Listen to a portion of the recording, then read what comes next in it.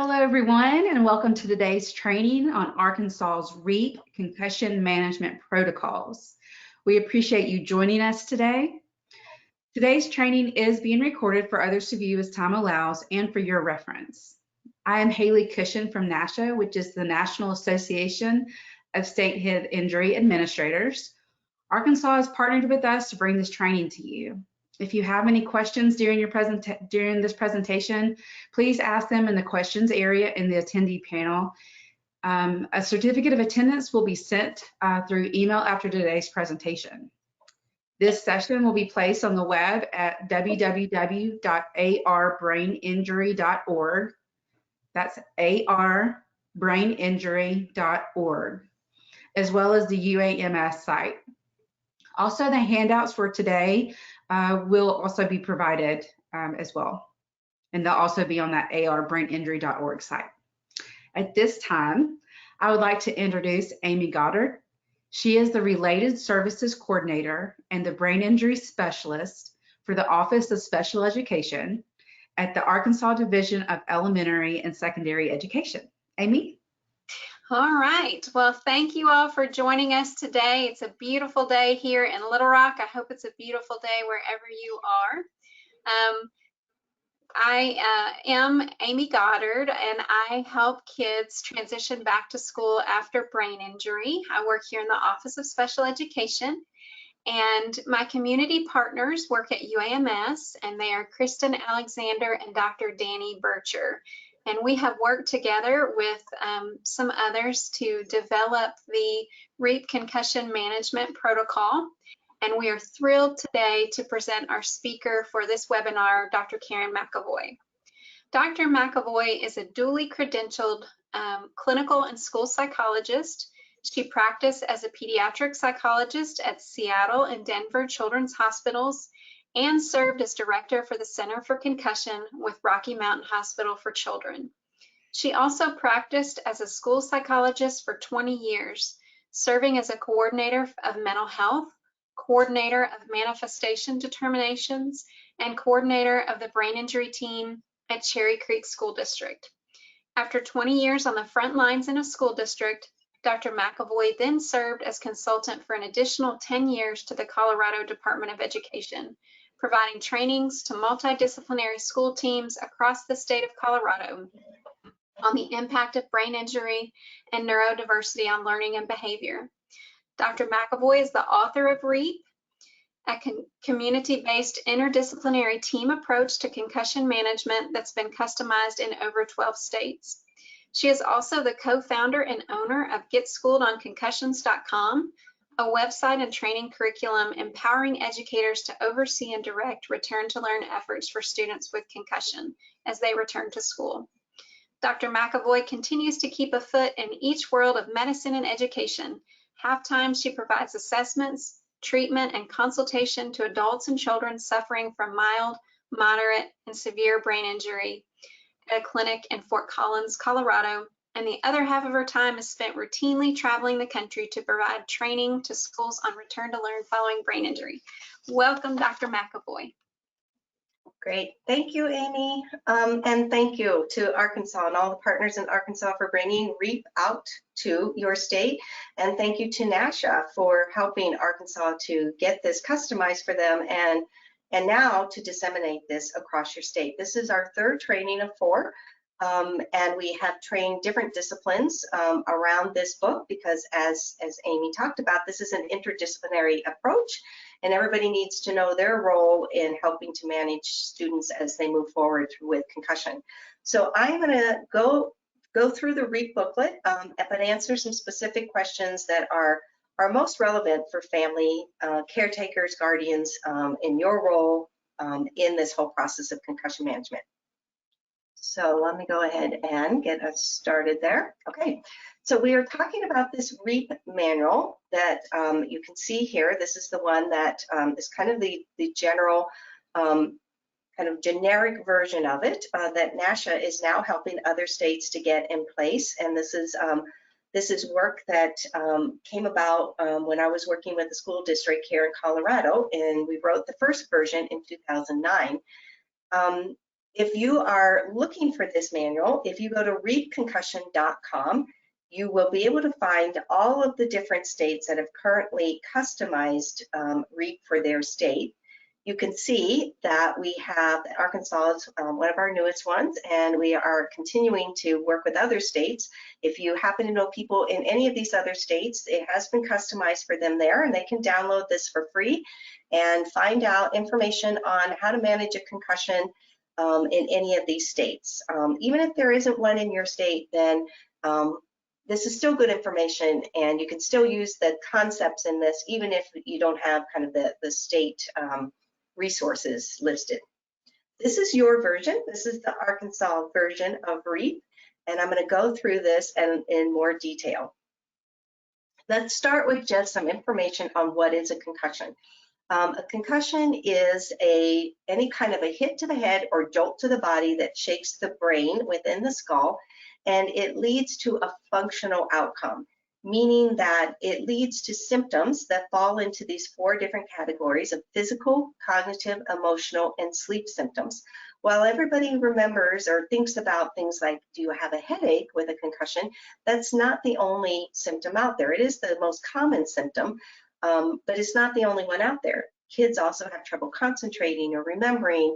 They get very fatigued and want to sleep a lot or have trouble sleeping at all, or they have inappropriate changes in mood or behaviors, personality changes, and those can all be symptoms of a concussion as well. And those are functional symptoms because those you don't see on any kind of structural problem in the brain.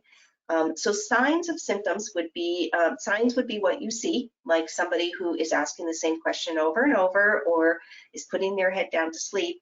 Symptoms would be what they are reporting. So that might be someone who says, I feel like I want to throw up. I feel like I'm dizzy. So we're looking for both signs and symptoms. And you as a caretaker, even if you are working with maybe a student who doesn't want to be pulled out of a game when they get a concussion, and they'll say, no, I'm fine. If you see a sign like they're walking to the wrong huddle, that would be a sign that they had a concussion, and you would maybe still want to pull them out of that game even though they're saying they don't have a headache. So a concussion is a software problem, not a hardware problem. It's a functional problem, not a structural problem. We don't actually see it necessarily on any imaging. And if I dropped a computer and it didn't dent, that's great, but that doesn't mean that when I turn it on, we wouldn't sometimes still have some glitches on the software side of it. So a lot of the questions that I get from families are, how do we know a concussion's been diagnosed?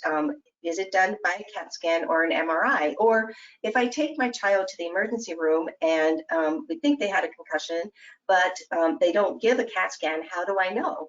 Well, because it's not a structural problem, you're never going to see a concussion on a CAT scan or an MRI.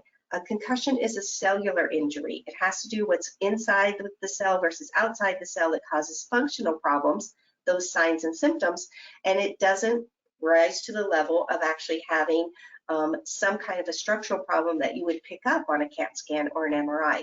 So if the emergency room does not do a CAT scan, it's because they're not looking for some other kind of damage like a bleed.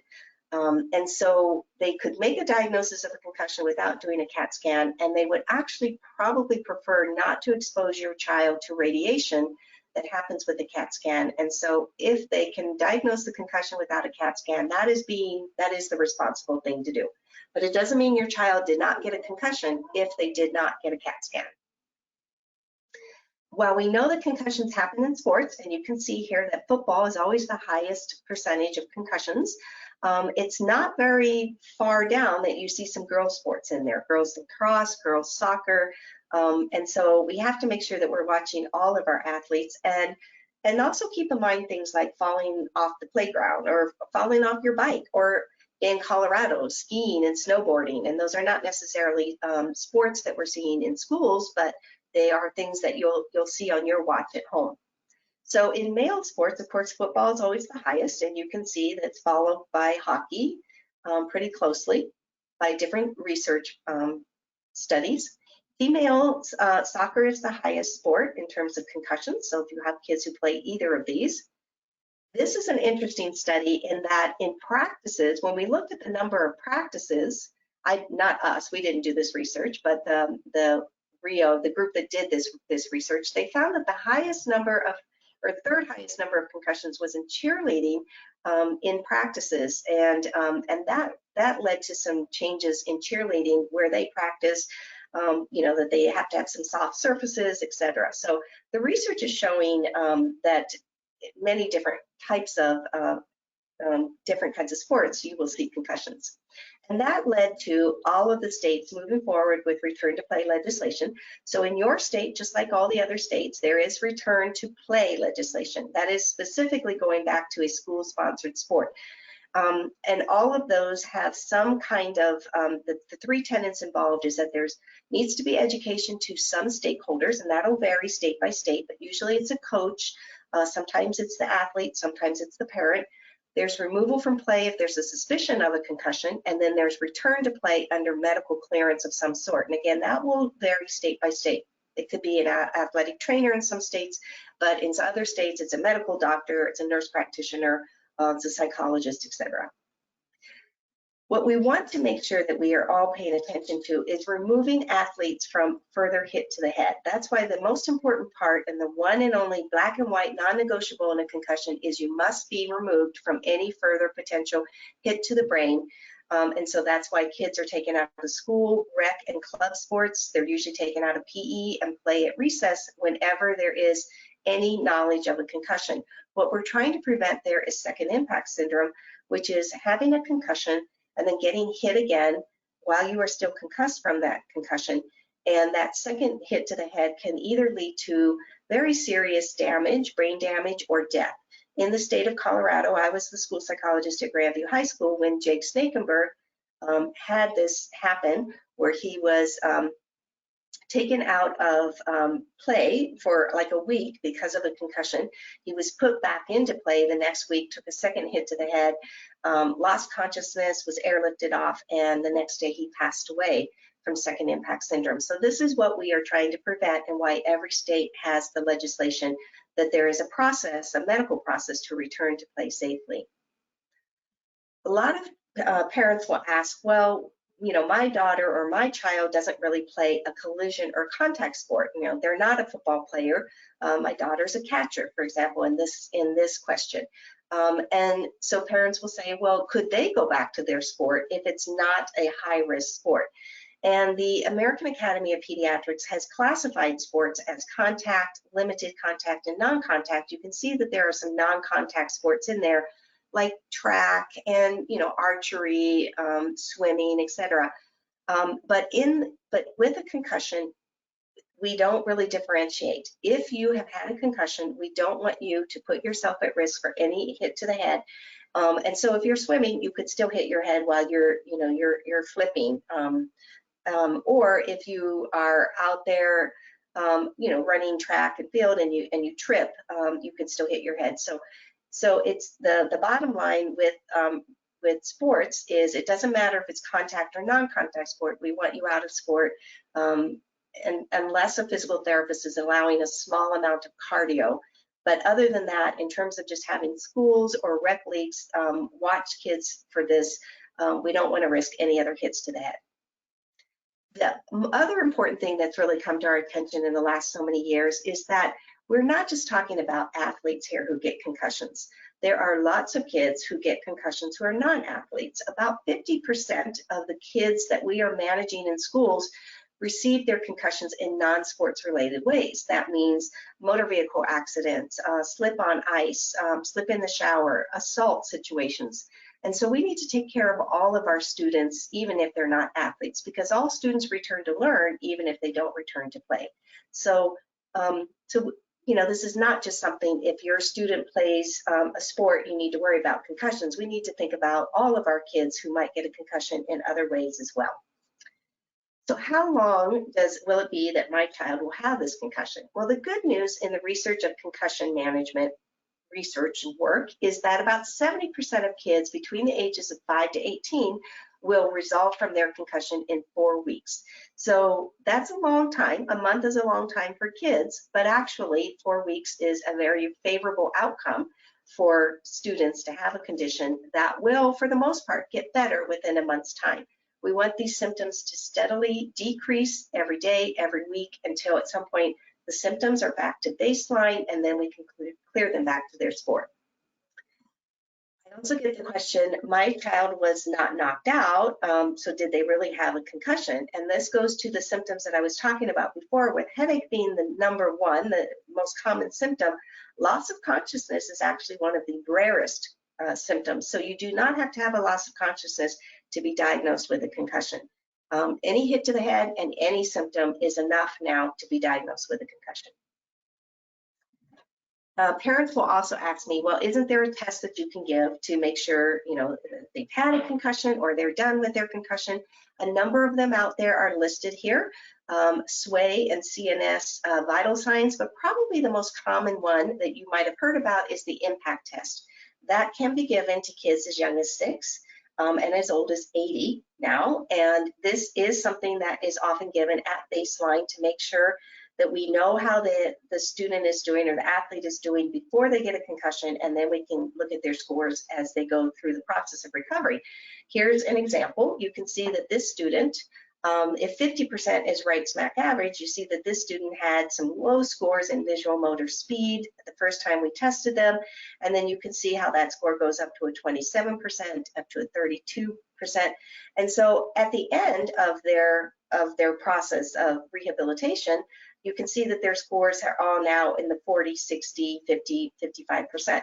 That's how we use this test to know whether or not someone is coming through their recovery of their concussion. But it's important to know that this test, this computerized neurocognitive test, or whatever test that you give, is not the only thing used for concussion clearance. It's not used as a diagnostic test, so you cannot give this test to say, yes, this kid had a concussion or not. And you cannot use it as a go, no-go decision for clearance. It has to be one of many things that we look at for clearance. And I'll show you what the clearance criteria is in the REAP book. For some students, they need some rehabilitation. That means that because of the concussion, their eye tracking got a little bit off, or their inner ear, where our vestibular system is in the inner ear, where our balance gets a little bit off. Or if there was a strain to the neck, there's going to be some neck pain, and then they're going to have some headaches. A number of kids have some mood or behavior changes, and some kids have some dizziness where they're feeling very faint when they stand up. These are all things that can be rehabilitated with vestibular physical therapy and occupational therapy. Not every child needs this, but some will actually need this level of rehabilitation to get to the point of recovery. So that's kind of some background on concussion. I'm going to jump into REAP and show you how we can use REAP in your community, and we've used it in many other states. So REAP stands for Remove and Reduce, Educate, Adjust and Accommodate, and Pace. And it's a process of getting them back to their physical play. And I'm going to go through each one of those steps. But basically, REAP is an interdisciplinary team approach in your state, and that means that we have a number of people working together with all different focuses and scopes of practice to work together to make sure that our students are safely coming through this. It has a return to play and a return to learn component. It's color coded, and that way we all know what other teams are supposed to be doing. And it's based upon research that comes out of, the most recent one is based on the 2016 Berlin guidelines, and we're waiting for the 2022 Amsterdam guidelines. You can see here that REAP is color-coded based upon 4 teams. There's a family team, so everything in REAP that is orange is really geared for you, the family, the parent, the caregiver, the guardian, the grandparent, to be looking at and knowing that that's your role. Anything in green in REAP is really for the medical provider to know that that's their role. And the school has 2 teams. The school has a school physical team, and that would be the coach, the athletic trainer, sometimes the school nurse dealing with physical symptoms in the school setting, and the school academic team is the dark blue, which is the counselor, the teacher, sometimes the school nurse as well. And so all of these teams have to work together and be making sure that we are all supporting the student through that 1 to 4 weeks of recovery. So in the beginning of a concussion, it might be the coach who sees the hit to the head, or it might be a family member who sees someone fall off their bicycle and takes them to a healthcare provider, and they get the diagnosis. So in the beginning of a concussion, it's, these teams might be the one to identify the concussion. And as the book says, the most important thing that we must do right away is to remove that student from any potential hits to the head, any more potential hits to the head. And so if it is a student in a sport activity, they're going to pull them right out of that. They cannot finish that game that day. If it's a student at home, they fall off their bike or off the playground equipment, make sure they don't go right back to it. Make sure that you take them in, let them rest, and make sure that they don't have a concussion, because we don't want them to get hit again. So this is what everybody does in terms of removing that person from another hit to the head.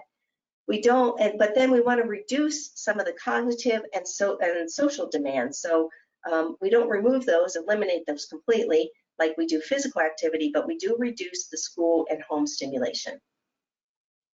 In your state, this is the story of what has happened to an athlete in your state. In my state, it was Jake Snakenberg. In your state, it's the story of Zach Towers, and how what Zach went through and how this impacted your state has also led to your return to play legislation, and the reason why you want to have REAP in your state as well. So let's go through the teams briefly. If you happen to be a parent and a coach, or a parent and a PE teacher, or an athletic trainer, then you know your part on the light blue team is you might be the one to see the concussion. You're going to be the one to remove that person, that student, from any kind of physical activity, and you're going to maybe check in weekly on the physical symptoms, making sure that they understand they have to follow the directions for not doing any physical activity, and letting their teachers help them, and just keeping them engaged with the team. They can't work out with the team, they can't play with the team, but they might want to, when they feel up for it, still be there to be doing some of the things with the team. What the medical team does is they might be the one to make the diagnosis, remove again, they're going to reinforce removing them from any play, and a medical provider is going to make sure that we're ruling out anything else. Like, for example, a bleed, which might be caught on a CAT scan. But if they really bring it down to a concussion, and that's what we're dealing with, then they're probably not going to go on with any more imaging or any other kinds of tests. And what the medical provider will do is decide if your student or your child is one of those that needs any kind of rehab with ocular motor issues or inner ear vestibular issues, or is having some kind of neck strain, or is having that ringing in the ears, or is having that kind of faintiness from autonomic instability. And hopefully they're just giving you some good information about how to support this at home and help reduce some of the anxiety that comes with all of this. The E in REAP stands for educate. We want the symptoms to educate you about how your child is coming through or progressing through the recovery. We expect the symptoms to be most impactful and biggest in the beginning of a concussion, but they should slowly get a little bit better every day, every week. And so you want to see these come down over time. This is actually what the concussion looks like in the cells. This is basically has to do with the calcium within the cell, the potassium outside of the cell, and when this happens, it basically is causing an energy crisis. It renders the cell to be inefficient, not broken, but inefficient, and so the cell is just not working as well. And so what we always say to our kids is, when you have a concussion, it's like having an energy crisis. You're like an iPhone 6 instead of an iPhone 13, or you're like a car with a small gas tank. And so if you're a car with a small gas tank, you can get out of the garage, but you're just not going to cover as much territory. And so, they're not going to have as much energy to do as much as they did before, which is why we cut down the home stimulation and why we cut down the school stimulation. But we still want them at school, and we still want them to be doing some fun things during their 4 weeks of recovery. So the A in REAP stands for adjust and accommodate, and really, who is helping them to manage symptoms and to keep life going during weeks 2, 3, and 4? It's really going to be what you do as the family team and what we do as the school academic team. So at home, you might have your child rest for the first couple of days, Just really keep it low key, maybe not go to school for the first couple of days, and you're going to limit their texting and limit their TV and their video games and maybe limit in doing homework. But you're not going to eliminate that completely. If you want to see a very grouchy, unhappy child, eliminate the phone for weeks on end, or being able to look at a computer. They're going to get very bored, and we don't need to go to that degree. We just want to limit it and just bring it down slightly and add it back in small amounts. And what we ask schools to do is the same kind of thing. Maybe after a couple of days, they come back to school. They will still have symptoms, but we want their symptoms to be tolerable and short term. And we want to remove some non-essential work, reduce some semi-essential work, and then just limit some of their work, but not eliminate it completely. That is the best way to keep the symptoms at bay and to give them some support while they're coming through their recovery. What we want you to do at home is to let them rest for the first couple of days, and then you can slowly start to add back in a little bit of mental stimulation, a little bit of TV, hanging out with the family, maybe try, a puzzle, maybe just some small things like doing, unloading the dishwasher, just a couple of things like that, just to keep them engaged with the family and keep them moving forward. But you do want to eliminate completely any physical activity like going outside and playing, the trampoline, no riding the bicycle, etc.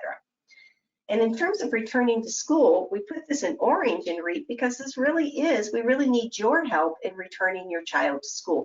That is not something that the school can decide because they're not in your house every morning.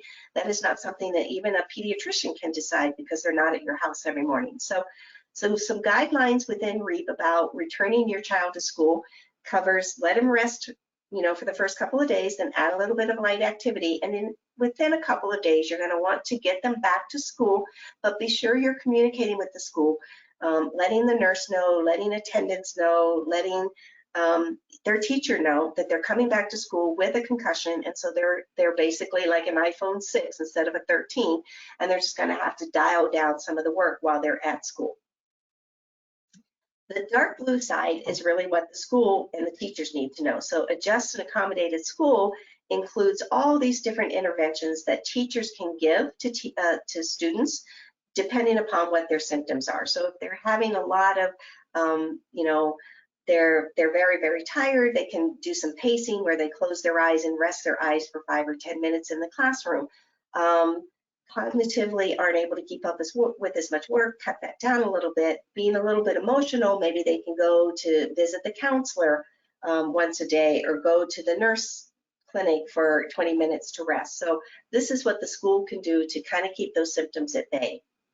And then we also ask the teachers to do some things about their learning, and that's called Return to Learn. Just some simple things like trying to keep those symptoms down so that the student is available to learn, help them with their concentration. They're going to have some slow processing speeds. So they're not going to be able to do as much work. They're going to have some trouble with memory. Those are all common things that we see with a concussion, and we want teachers to just be aware of that and to be working with the students to keep up their learning, but maybe cut back some of the problems. Instead of 10 problems, do 5 problems. Instead of a final or a test, maybe just give me an oral presentation of what you know about the Civil War. So there's some very creative ways to still have a student engage in school, but not have to do as much work. Okay, so here's another question about academics that I get all the time. My child's been struggling academically after her concussions. The teachers don't seem to know what to do. Will this get better, and will there be long-term effects? So what the research is showing is that we do want our kids to be back at school within 2 to 4 days. Maybe they're going to miss the first week of school. Some research has actually shown that if you hold students out of school longer, they have more symptoms. They actually don't get better by staying home longer. And I think that's because of all of the other things, the distraction of being at school, the fun of being at school, the socialization of being at school. So it is good to send your student back to school with the school knowing and giving them a soft landing. The research shows that they will have academic dysfunction for up to that first month. But in the end, they're not going to have long-term credit or transcript consequences if we jump in right away and support these students. Parents will worry about students who have learning disabilities or attention deficit disorder. Will a concussion make this worse?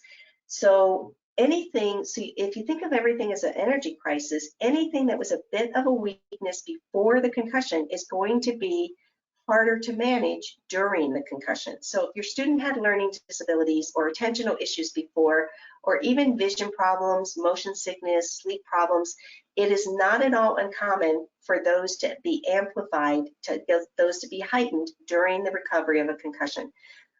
You'll also see personality changes and emotional swings during that time. The things that make concussions last longer, though, would be a history of headaches, a history of past concussions. Having past concussions makes a student 3 to 6 times more likely to take longer with each concussion as they have another one. If there's a history of anxiety or depression, it can take a little longer for the student to get better. And this is unfair, but for some reason, the research shows that girls take a little bit longer than boys to resolve their symptoms. That could be hormonal, that could be neck strain, etc. Okay, so in terms of return to learn, a lot of the materials that I'm going to show you and that we work with states come from the Get Schooled on Concussion materials.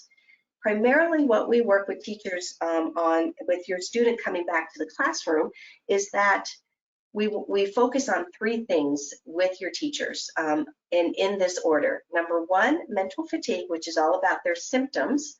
And number 2, slow processing speed, which is all about how much work they can do. And then finally, short-term memory, which is all about did they learn the material and how do we give them a grade.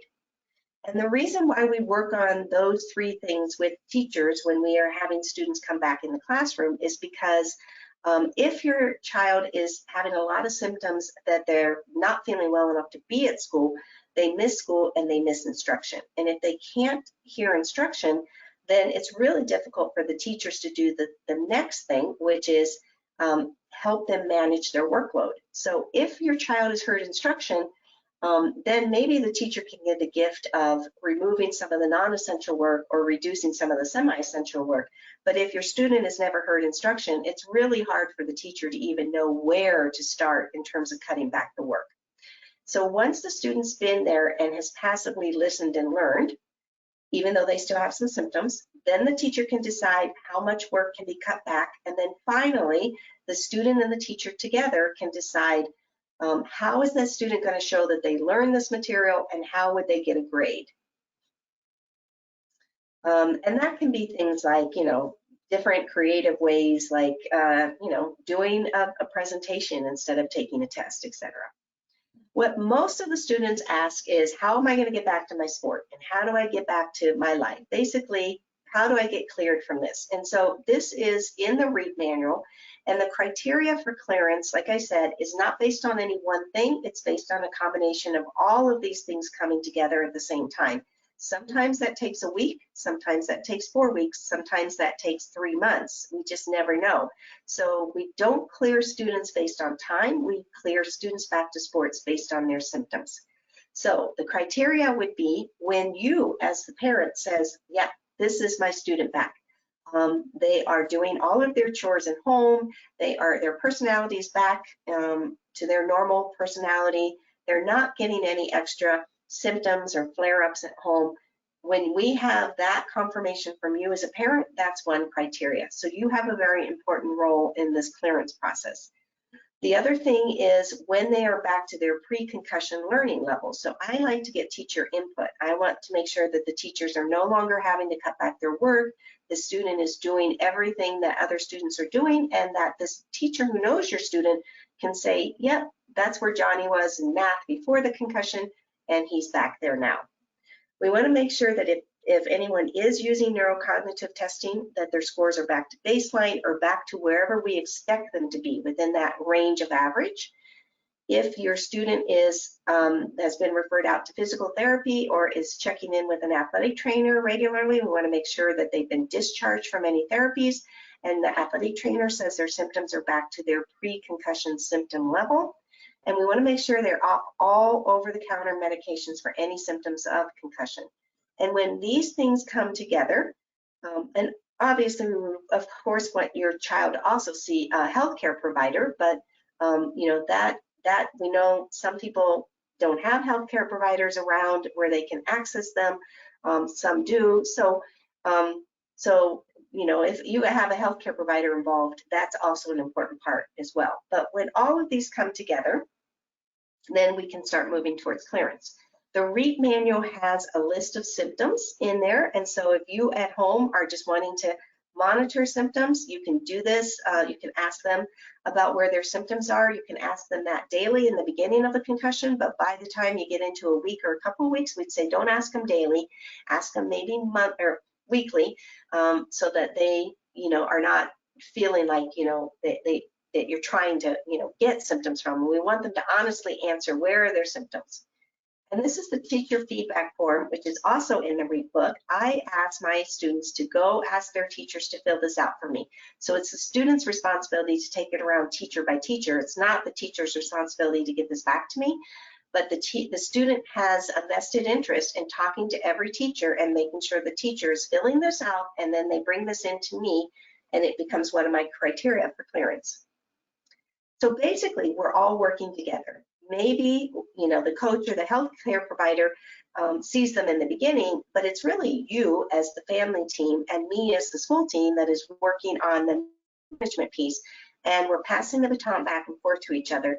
When we get to the point that the student is back to their pre-concussion symptom level and academic level and personality level, then we're going to pass it back to the athletic trainer or the coach and the healthcare provider to make the final clearance.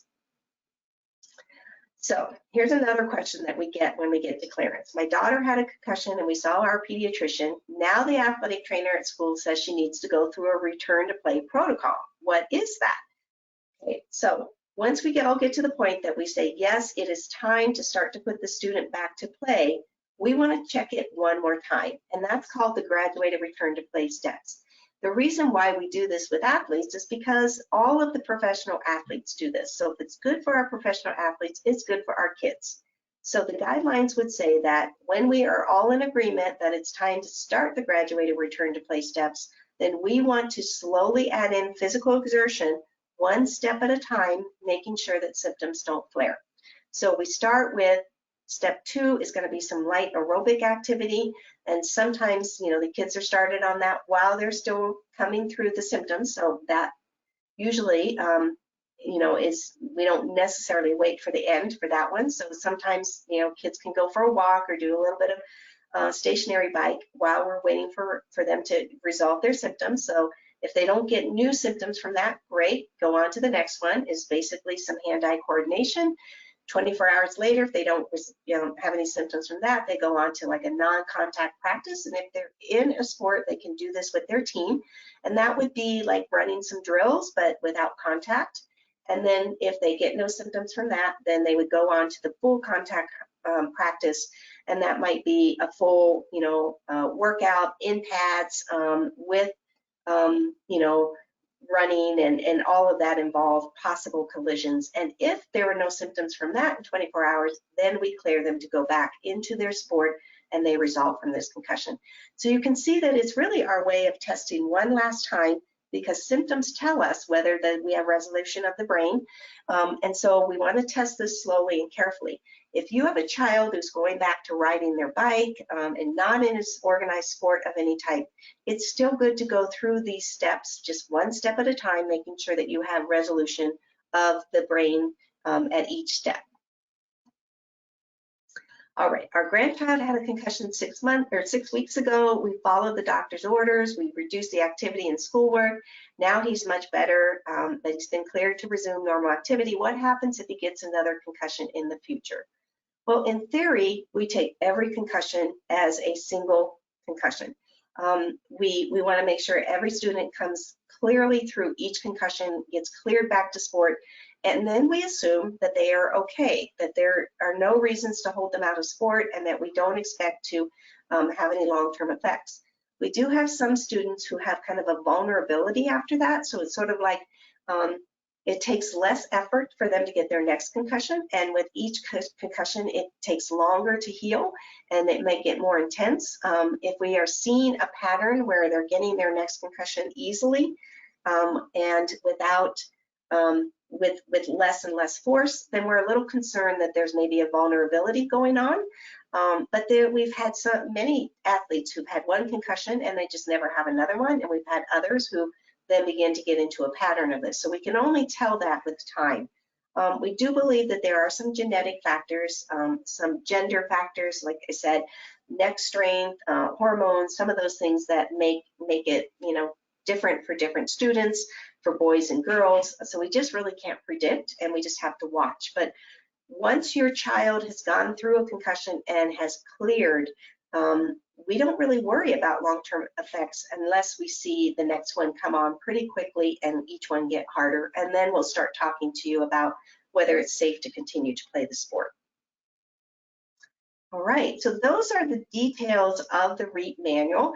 In your Arkansas REAP manual, you have some specific resources that if you have other questions that you can ask or look up. We also have some national resources that are available to you in your REAP manual.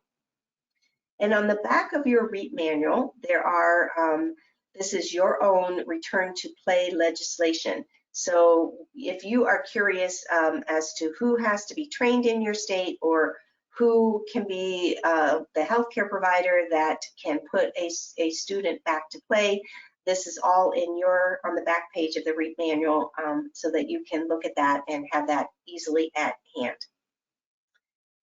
So basically, what I have presented here is kind of like it takes a village approach to concussion management. It's really not hard, but it is complicated because there are so many moving parts, and because we all have to work with each other. Some of us are in multiple groups. You might be a parent who is also a teacher, so you might have some students in your class who you're going to be in the school academic side, but if your child gets a concussion, you're going to kind of jump over to that family side, and vice versa. You can be an athletic trainer, and also a parent. So you're going to want to know this from all the different angles and just know what your role is. And if we all work together, we support these students going back safely, and we hope to prevent any more cases of second impact syndrome. These are some resources that I've talked about today. The Get Schooled on Concussion materials are really for educators. It's a website for educators by educators. So if you are a teacher or you want your child's teacher to know more about concussion return to learn, you can go to this website, and then REAP, I've shown you that. And then cokidswithbraininjury.com is a Colorado website that really is geared more for moderate to severe brain injury. So if you have any questions on that, you can go to that website as well. If you have any questions for me, feel free to contact me directly. I'm perfectly fine with emails or with a phone call if you have something that you don't want to ask in this webinar today.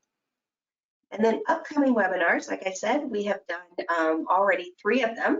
What we are doing is covering every one of the teams in Arkansas so that you will all then go out and start to work together. So we have one more coming up in June. And then we have trained all the different teams in your state, and you can take this REAP manual and start working together to make sure that all of your students are safely coming back through their concussions. Again, these are the partners in your state that have brought this together for you. And so if you have any other questions, also feel free to reach out to them.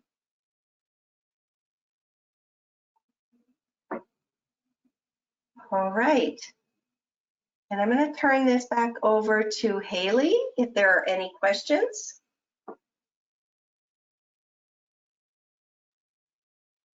Hey there, yes. Okay, so Wendy has asked, does that apply, let me see her first question.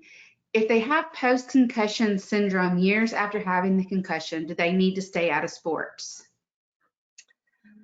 No, not necessarily. The thing that we worry about with second impact syndrome is having a concussion and then having symptoms and getting hit again pretty quickly afterwards. Generally, it's been within 7 to 10 days. So we don't have that same kind of worry that they've had a concussion, they've had post-concussive symptoms or syndrome for years, and then getting hit again years later wouldn't necessarily bring on second impact syndrome. So we don't have that kind of concern. However, I will say, working in clinics where we see a number of people and kids with post-concussive syndrome, you don't have to live with this for years on end. There is still treatment for post-concussive syndrome, even if it's been years since the concussion. Generally, because so much of this is new, the rehab is fairly new. So the occupational therapy, ocular motor therapy, vestibular physical therapy, if your child did not have the benefit of that kind of rehabilitation earlier, and that's why they have these lingering symptoms, those can still be worked on. And I would hope that they could still feel better. That would answer that question. But to answer your specific question, no, we wouldn't necessarily have to hold them out of play for that far down the road. But if they don't feel good already from their past concussion, I would hate for them to get another concussion and then feel worse on top of it. That makes a lot of sense. Thank you for asking that. Are there any other questions that we have out there? Wendy says thank you, by the way, for answering that question. And not seeing any other questions right now, I think that's going to be a wrap on that. Dr. McAvoy, thank you as always for the wonderful information that you share. And Amy, thank you for your wonderful partnership in Arkansas. I hope this training session was exactly what you as a parent needed, to all you parents and family members out there.